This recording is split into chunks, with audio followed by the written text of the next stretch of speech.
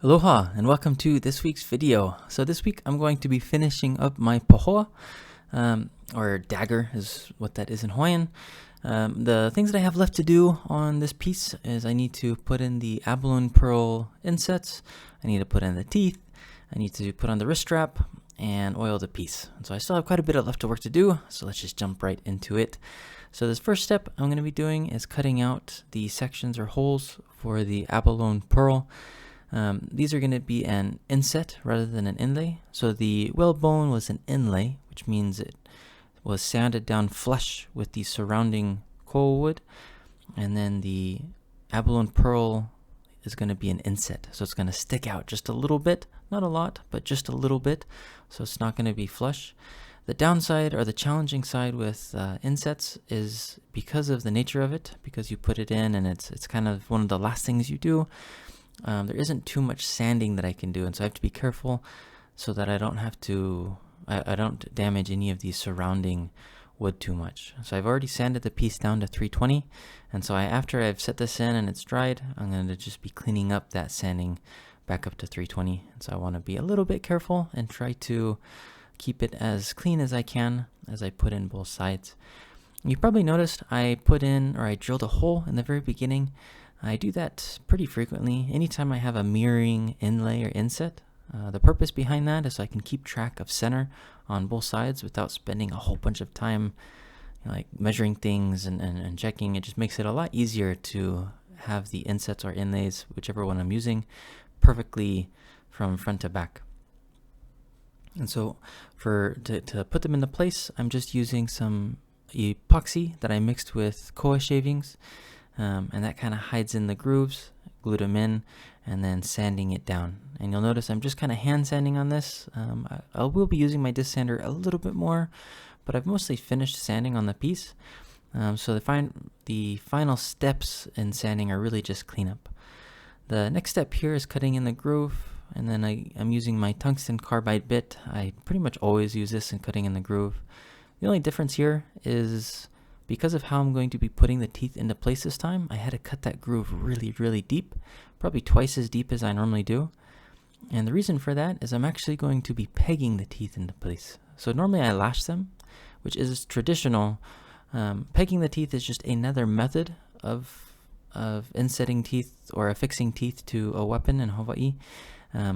This is one of many. I've wanted to do this for a long time, and on a pahoa like this, a smaller knife, a smaller dagger, it's going to have less teeth, and so it's going to take a really long time to set each one of these teeth into place and peg them. And so I wanted to do it on a piece where I knew I would have less teeth, and so I'm kind of cheating. If I did it on a full leo mano, like one of the larger pieces, oh man, it would have taken ages, taken forever. But so for this piece, because it has less teeth on it, I don't have to spend as much time, but it did take a really long time. Normally for lashing from start to finish, punching in the holes, lashing it just takes me a few hours. This took me probably a full day, maybe a little longer. And so the process that I did is I would cut a hole through the piece.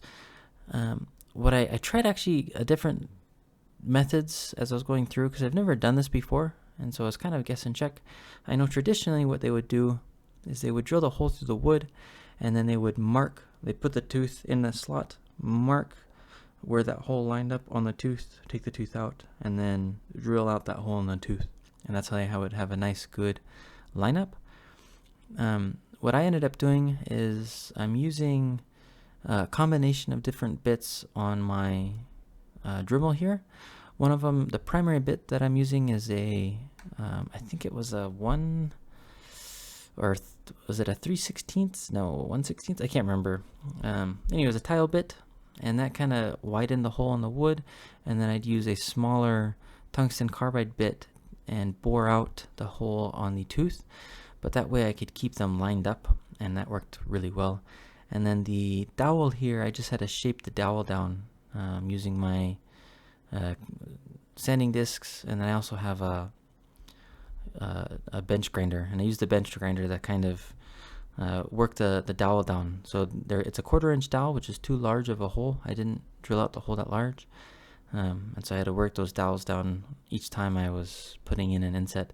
I got really nervous towards the end here just because there wasn't a lot of material, and so I was afraid of breaking the coal wood, or I'd put in the dowel and I'd split the wood. But luckily, everything worked out. I was able to get in there nice and snug. And so the dowel acts as a mechanical hold for the teeth so they can't pull out.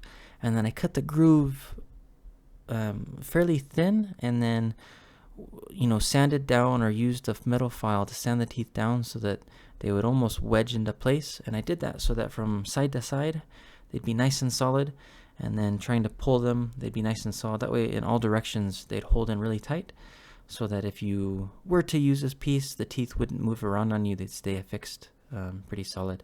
I won't be testing this piece just because this is a gift, and putting in each one of these teeth like this takes a really long time. So I don't want to risk damaging a tooth or a joint, and then I have to go back and repair it. And so I won't be testing this one. But I'm pretty confident that they'll hold pretty well. Just in holding them with my hand, trying to wiggle them back and forth, they're really solid. Like, they are in there really tight, and so I'm not too worried about it. This next step here is going to be oiling.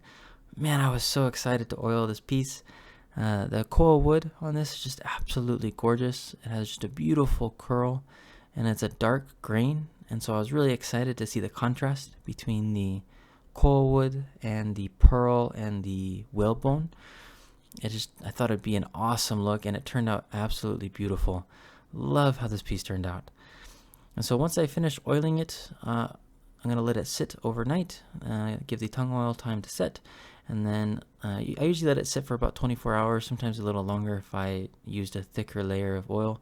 The other nice thing too is the oil will seep into those pegs because they're a softer wood and expand them, which will further lock them into place. And so it helps with the mechanical bond there as well. So the last step is going to be putting on this lanyard. I've already created the wrist strap. Now I just need to tie the end together, and I usually wrap that a few times and then knot it, and that creates like a base for the feathers. And then I wrap the feathers around that base, and then I wrap on top of the feathers.